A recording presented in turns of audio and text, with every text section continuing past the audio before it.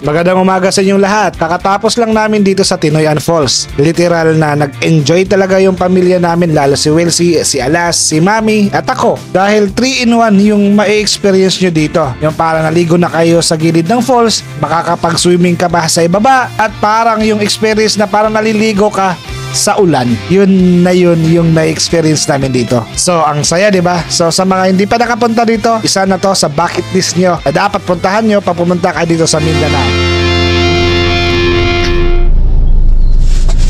Good morning! Good morning! Dito kami ngayon sa 7-Eleven. Bumili kami ng paper plate dahil Stingray tayo. Doon muna tayo sa Kawa-Kawa Falls. Kawa-Kawa sa Awug. Maganda kasi yung falls river na yon. Makikita nyo mamaya. Ngayon dito kami sa 7-Eleven. Bumili kami ng paper plate para lagyan na ng pagkain namin kasi kanina ng umaga bumili ako ng mga isda doon sa market ng Bislig or sa Mangagoy. Maraming isda na fresco pa.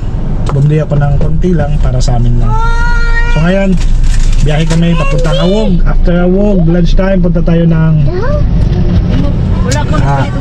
Enchanted River. After Enchanted River, malalaman na lang natin kung saan tayo next. Alright, let's go! Yung Awog Falls ay nasa San Jose, Barangay San Jose. So editor ko kayo sa daan kasi nag-ano ako kanina, nag-Google Map ako pero iba yung ways na binigay, hindi yung accurate. So siguro hindi pa napuntahan ng Google Map nito or hindi pa na-update yung lugar na yun, kaya siguro hindi accurate yung binigay na daan. So nasa Barangay San Jose, pero ang kagandahan is hindi na siya rough road, simentado na hanggang dulo. So yun ang kagandahan dahil yung sasakyan natin hindi mahirapan. Init na kasi alas 8 na ng umaga, 8 o'clock ng umaga. Mataas na yung araw. So plano natin is hanggang 12 noon lang tayo doon. Doon tayo mag-brunch, breakfast at lunch. After that, Enchanted River. At yun nga, iisip na naman tayo kung saan tayo next. Maganda kasi sa Kawa, malamig yung tubig, hindi daw mainit doon dahil nakalibutan ng mga punong kahoy. Tapos mamayang hapon, dagat time tayo kasi hindi na masyadong mainit yung araw, na siya ganong katirik yung araw. Binili natin kanina is isda na magkikilaw ako doon ng konti lang para lang din sa akin kasi hindi naman ito kumakain ng kinilaw. Sila Mami, sila Alas. Muli ako ng bulinaw, may bulinaw ako nakita kanina. Tapos isda para sa bawan, patang baka na presko pa. Sarap sa sabaw yun. Kanina umaga nagising ako ng 5 AM, naglakad-lakad ako 1 hour morning walk papunta doon sa market ng Mangagoy. Sayang hindi ko na videohan dahil nagcha-charge tayo ng cellphone at mga kamera natin dahil nalobat kahapon. So mga 30 minutes lang dun sa Mangagoy papuntang Kawa sa Awog yung biyahe natin. Hindi ko alam kung anong oras mag-open, no? Sana 8 o'clock is nag-open na para tayo ang makauna doon. Dahil yung lugar na to, yung resort na yan ay napakaraming pumupunta na bakasyonista. Panigurado mamaya, puno-puno na naman yon. So at least mauna tayo, hindi masyadong crowded yung lugar at makapili tayo ng magandang spot. Ganda ng daan dito sa... Good morning! Kumusta kayo dyan sa likod? It's fine. Uto na to sa Stingray. Let's go, bang! Si Alas. Anong gawa ni Alas? Alas, gusto mo sa Stingray? Magunit ka sa Stingray. Mag-hold ka. Opo. Mag-hold ka sa stingray ha, tapos mag-swim ka sa stingray.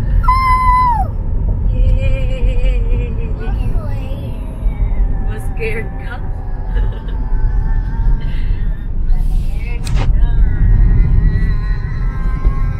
So, yan yung daan. Malapit na tayo sa Barangay San Jose. Tapos sa right side tayo papasok.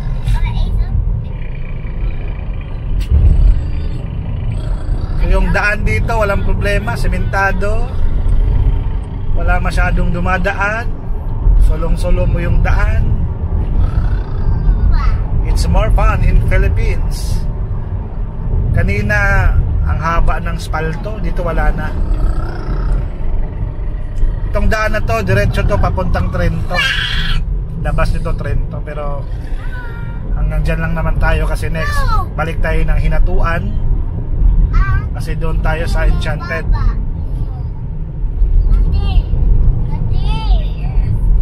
Yung lugar dito puro kabundukan pa talaga, oh.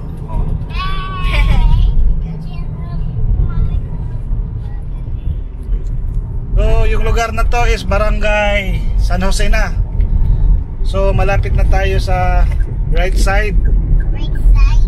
So yung landmark, tatanong tayo dito kung saan yung papasok ng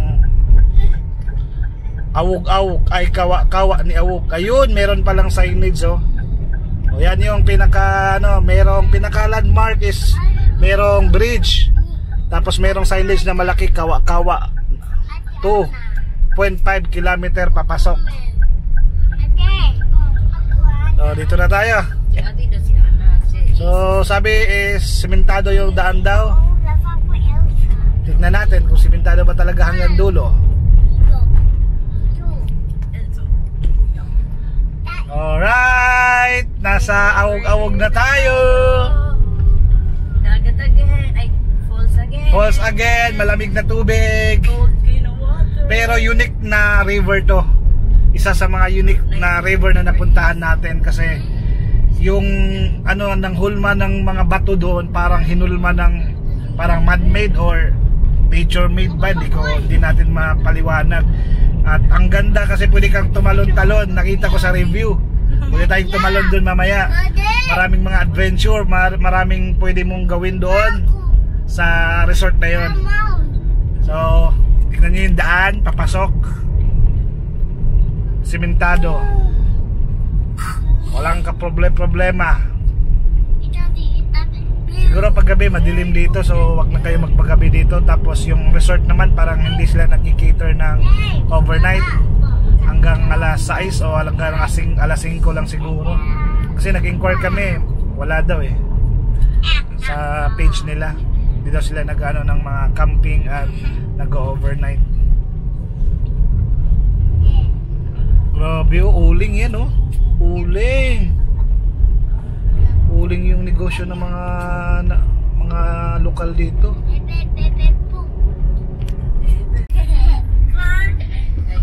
So yung daan dito, napansin niyo parang kinakain. Merong ganito dito, parang pwede sila maligo dito. Oh. Sapa. May sapa.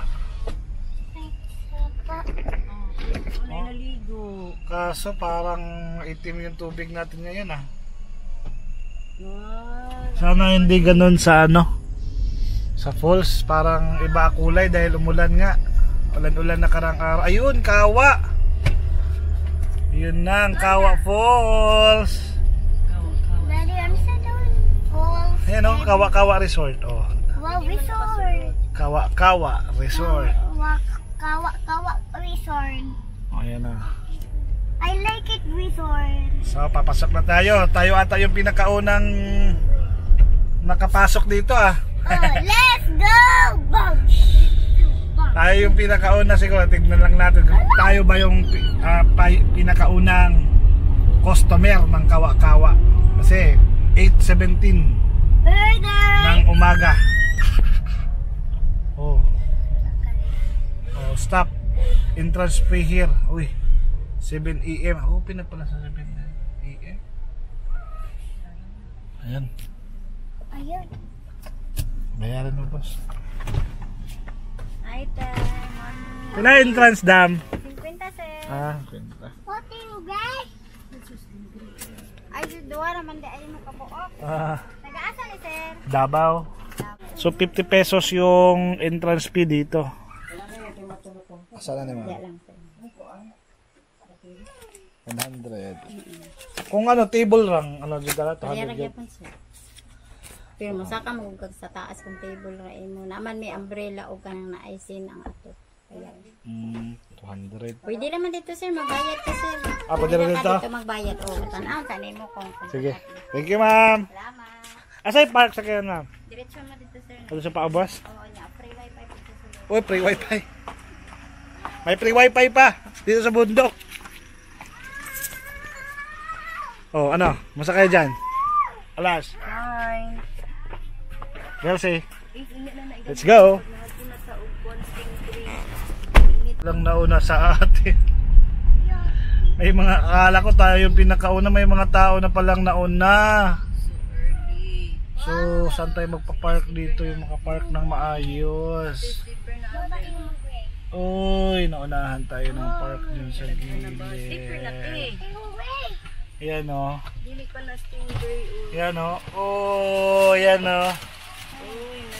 Wow, yan yung post. Malinaw pala. Malinaw yung free wifi. Ate, i-ace bag ni mo ace. Ganda dito.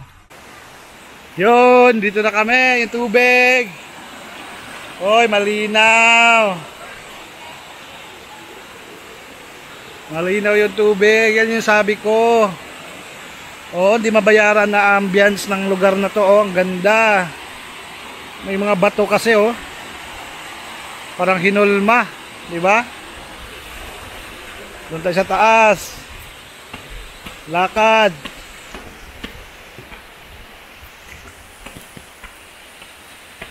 So, may mga tubig pa. Maagos din dito. Hi. Exercise din, may step. Konti lang naman. Ayan oh.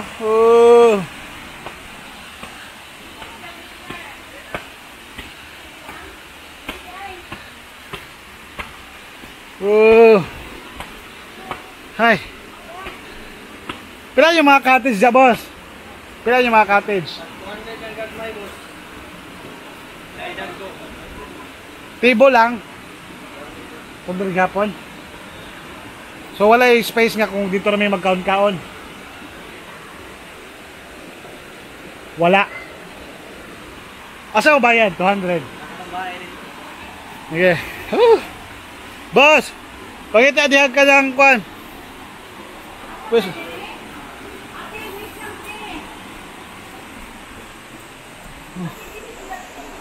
Hoy, saan kayo? Mo man itag 200. Table pila din table mo gyapon. Mura man gyapon dito. Uy, nay mahulog da kuya diha.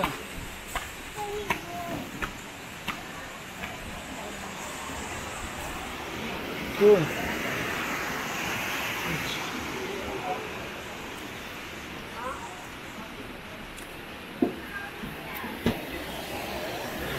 Adira ka mo ambak mo to. Layo, di na pwede, bawal na. Ay sa mga bata.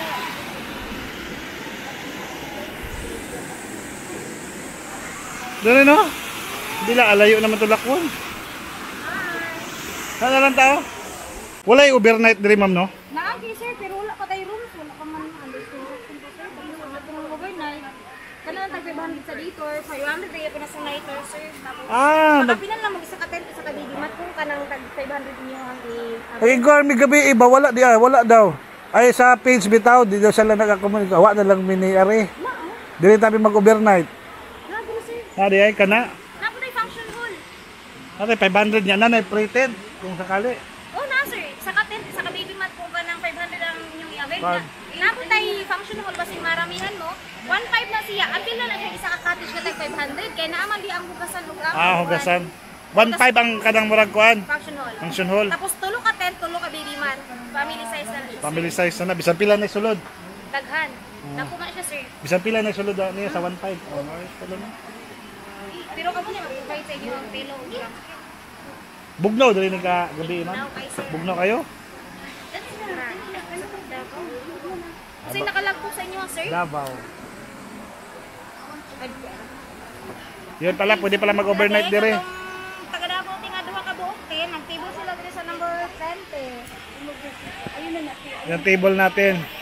Ito 200 pesos pero ang ganda na. Oh, meron diyan 200, may 500 sa malaki doon sa kabila.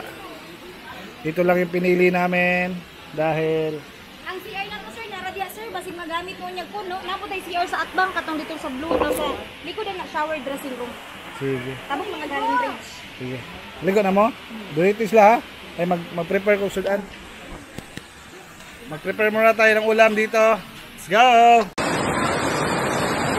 So ngayon ipapakita ko sa inyo kung paano yung proper ng pagdadive dito sa mga pool, sa mga ilog, sa dagat. Dahil kung hindi nyo natatanong, ako po ay isang professional na divers. Gilid lang kami ng dagat sa Bohol, kaya alam ko kung paano mag-dive na parang feeling gwapong-gwapo ka. Tignan nyo ito.